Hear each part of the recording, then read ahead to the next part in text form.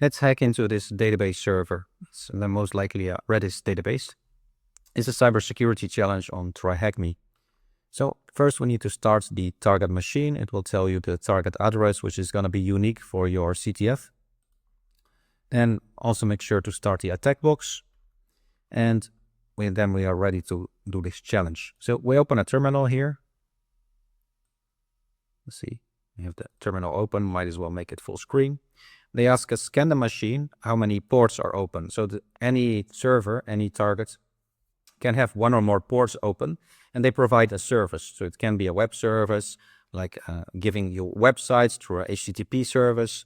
It could be a remote desktop service or database service or anything else.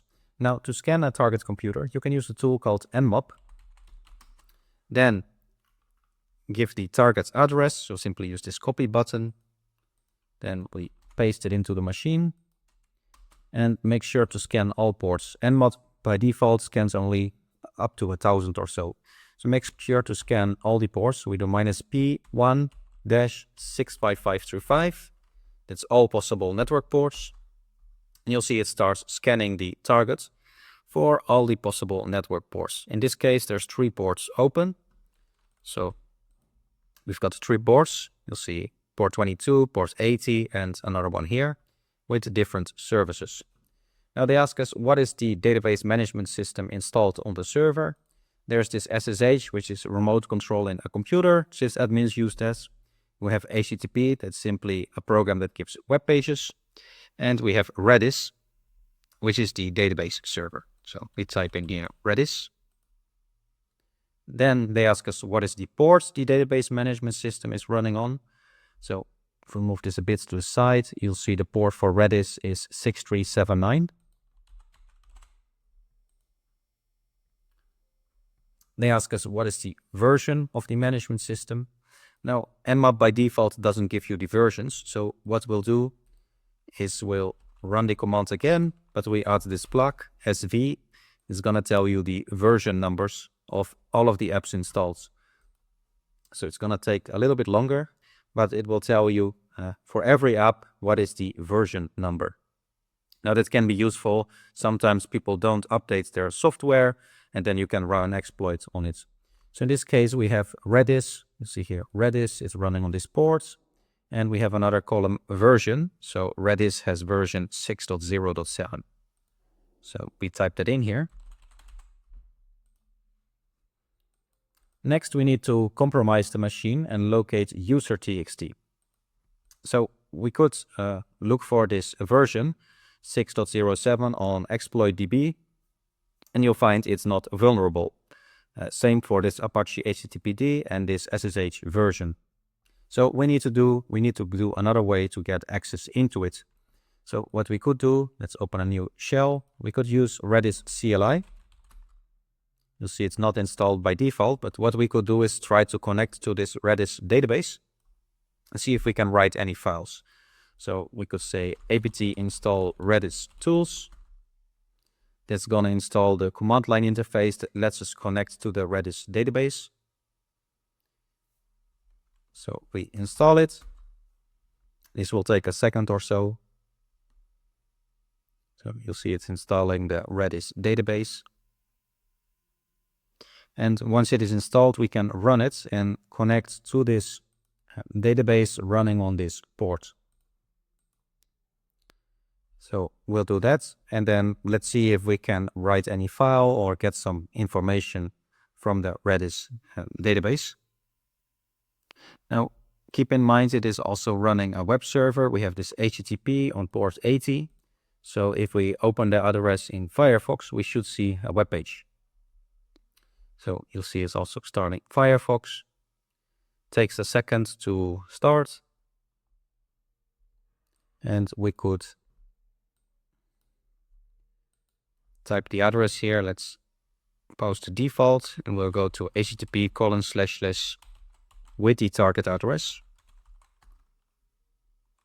And you'll see it opens the web page, and this is a default web page, right? The Apache, which is the program that gives you websites, default page. So it doesn't have anything interesting in here besides it's running a web server. Okay, this Redis CLI is installed in the background, so we can do Redis CLI -h. We can specify the target host. So that is this target. Let's copy that in. And we also need to specify what ports do we want to connect to. So -p, and then the port number, which is 6379 in this case. So you'll see we are now connected. Now we could try to list keys or information. So we could do, for example, info, and we get all kind of information. So we have a command line interface into this Redis database. We could try to see if it is protected. So you could do ACL list, and you'll see default is no password for everything. So that's a great news. Let's see if we can write something. So let's say we try save, and you'll see we can write something. Let's try for a db file.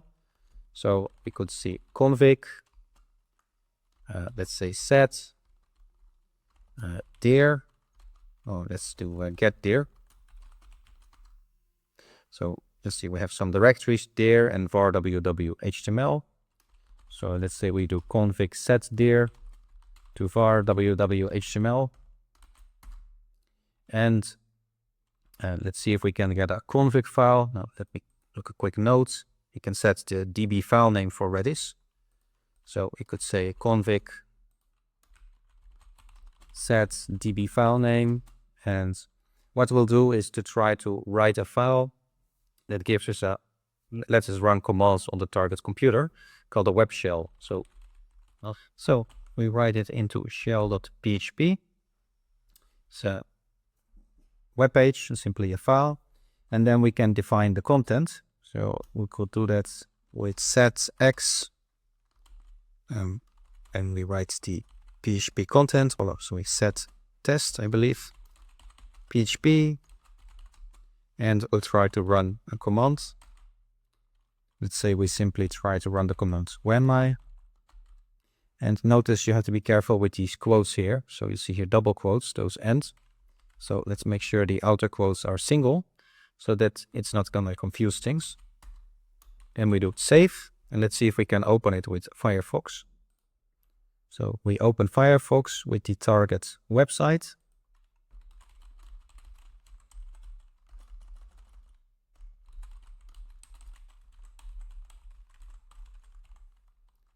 So that should just open the standard page, and then we have created shell PHP. And you see that gives us the output. You see a lot of gibberish here, but it also gives us the output of the command who am I. We are the user www-data. Now what we'll do is we'll modify this script so that we can type commands in the URL bar, and the system is going to execute them. So we're going to add a parameter here, for example, question mark commands equals, and then whatever commands you might want to type, for example, dwd or ls or whatever commands, and the output will be shown in the web page. It's called a web shell. So we modify this code here, and instead we'll use the parameter. In PHP you can get parameters like this with the get variable. Then we say commands like this. You can find also these web shell codes online if you want to. So we click save. And now if I press enter, you'll see it outputs the actual ls output. Or if I were to do any command like date, it tells us the date here. There's a bunch of gibberish that it adds, but we get the command line output. So we can now get any command line output. We should be able to get that user.txt as well. However, it is a bit inconvenient to work with this. So probably we have this folder home something. So we have home Bianca. And in there we have user.txt. So we could say cat home Bianca / user.txt. And we then have the flag. However, this is a bit inconvenient to do it like this. So what we could do is create a reverse shell. So with a reverse shell, we get a more normal shell. And it's called reverse because the victim's computer is going to connect to our attack box IP, and provide us with a Linux shell. So the way to do that is we open a new terminal and we start a listener. I'll use port 4242. It can be anything as long as it's the same with the scripts. So you'll see we start a netcat listener with this command. It's waiting for a connection from the victim's computer, so from this one. And we'll create a new script here. So we're going to run a different command. We use two quotes here. And we do netcat. Then the target connects to our computer, so that address. The port, now that port must be the same, so 4242 here. Then it must be 4242 here. And we give it the Linux shell bin bash. So this is the full command. This will create a reverse shell. So let's give it a file name.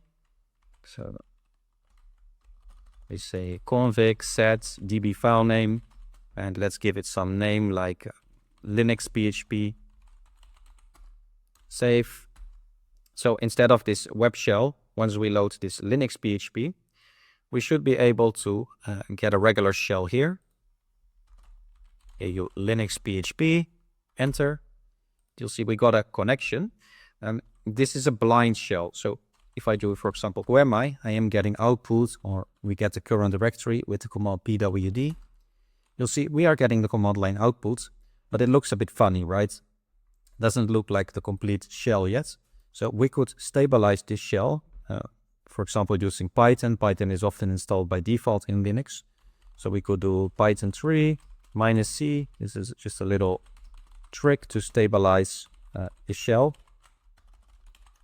So you run bin bash, and notice these quotes here. You want to be very careful with these quotes. So use single ones here. So not confused with the outer ones. So we do it like this, and end quote. And you see, there we go. We stabilized the shell. So now we have a normal shell. We could browse around. For example, we could go cd/, then you see we are user www/data. But we could go in the home folder, and you'll see they ask us about this user.txt.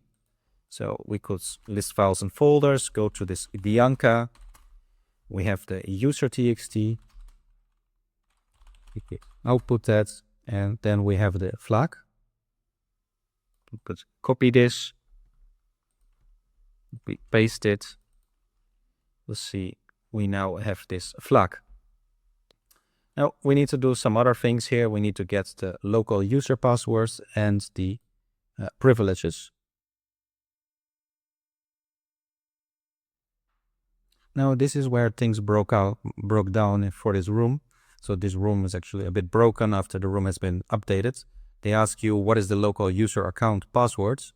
And what they did was search for SUID bits like this. And in the past, XXD was listed here. It's no longer listed. So you can no longer use that to read the etc shadow file that contains the passwords. However, we can skip this part. So if we do su Bianca, the password is beautiful one. And you'll see we are now user Bianca. Now, it's not the intended method, of course, but the room is a bit broken. Now, we could try to read this etc shadow as Bianca. You see, still permission denied. But maybe we can have the sudo permission set. So you do sudo -l. You'll see we can run any command as sudo. So we could do sudo bin bash. We run the bin bash as administrator using the sudo commands. And you'll see we have the root shell. So now that we have the root shell, we can read the root.txt. We could go cd/root and read the root.txt. You'll see it has this XXD privilege escalation. However, the SUID bit was not set for XXD.